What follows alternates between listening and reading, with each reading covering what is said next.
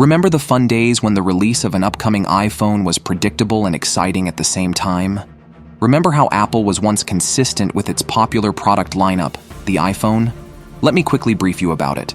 Back in the day, the iPhones received a major redesign on a 2-year basis. After the release of a fresh iPhone, Apple would stick to the same design for the following year. This year was the year of the SE model of iPhone. Many critics believed that this was Apple's lazy attempt to sell the same iPhone for 2 consecutive years, only by adding a few hardware improvements to the device in the second year. I was one of them, and now when I look back, I realize how wrong I was, especially after considering the current lineup of iPhones. Ever since Apple released the iPhone 11 series, the company has been severely emphasizing the photography and videography aspect of the phone. Most of the major changes brought to the recent iPhone models are camera-centric, leaving little space for differentiation. But that wasn't always the case. The S iPhone models weren't just minor updates that kept the design intact.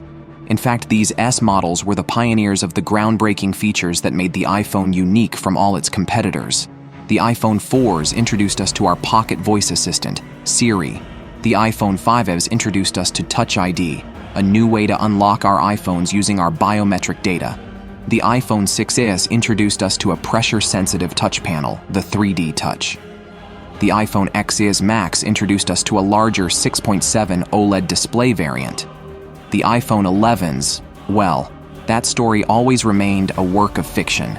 To sell an iPhone with the same design, Apple had no choice but to add a massive feature to the S models that would entice consumers to upgrade.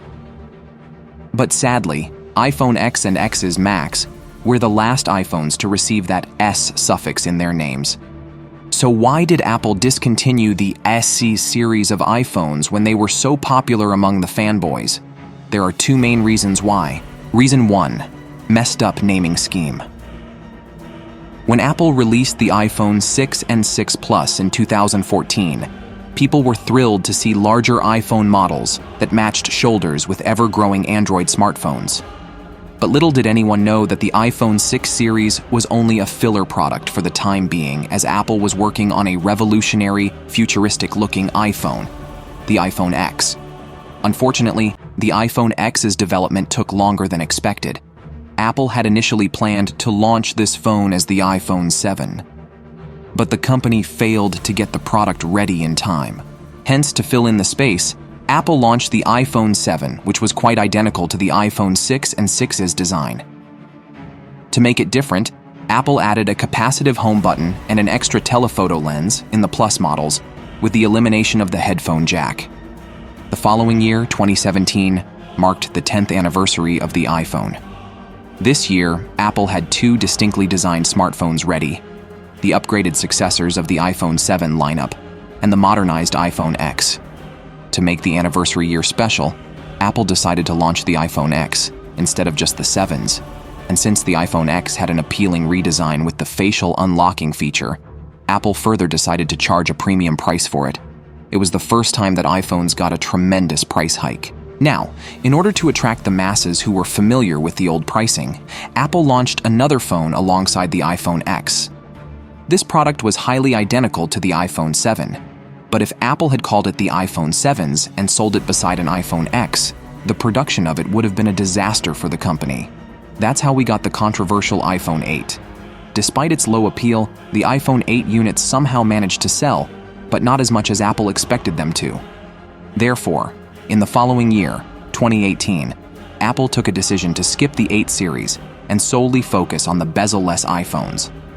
In 2018, Apple released 3 iPhones: X's, X's, Max, and XR. The iPhone XR was the new replacement for the iPhones in the former budget category. Don't ask me what the letter R signified. Even Apple doesn't have an answer to this. Anyway, a year later, Apple yet again launched 3 new smartphones, but this time it was different from the last year's release. Rather than continuing with the R suffix, Apple launched the iPhone 11 as the XR successor, alongside a new Pro series of iPhones, iPhone 11 Pro and 11 Pro Max. And in the following year, Apple straight away launched the 12 series, this time saying a permanent goodbye to the S series. With Pros and Maxes in the name, it was very confusing for the consumers who were already struggling to call the letter X as 10. To keep things simple from there onwards, Apple ended the impactful legacy of the letter S. Just imagine how weird it had sounded if there was an iPhone 11's Pro Max. Reason 2. To sustain in the industry, iPhones have forever been criticized for not providing value for the money. Android smartphones that cost 10 times less than a budget iPhone model deliver almost the same set of features. There have been many instances in the last 5 years when longtime Apple fanboys have permanently switched to an Android due to its increasing popularity. On the other hand, Android companies are on a mission to end Apple's supremacy reign, evident by their marketing campaigns. Android smartphones are only getting better with time, in some cases, coming up with innovations before Apple. Otherwise, previously, companies would just blatantly steal a groundbreaking iPhone feature and mimic it on their smartphones. But this time around, companies like Samsung and Google are on steroids when it comes to introducing never-seen-before technologies.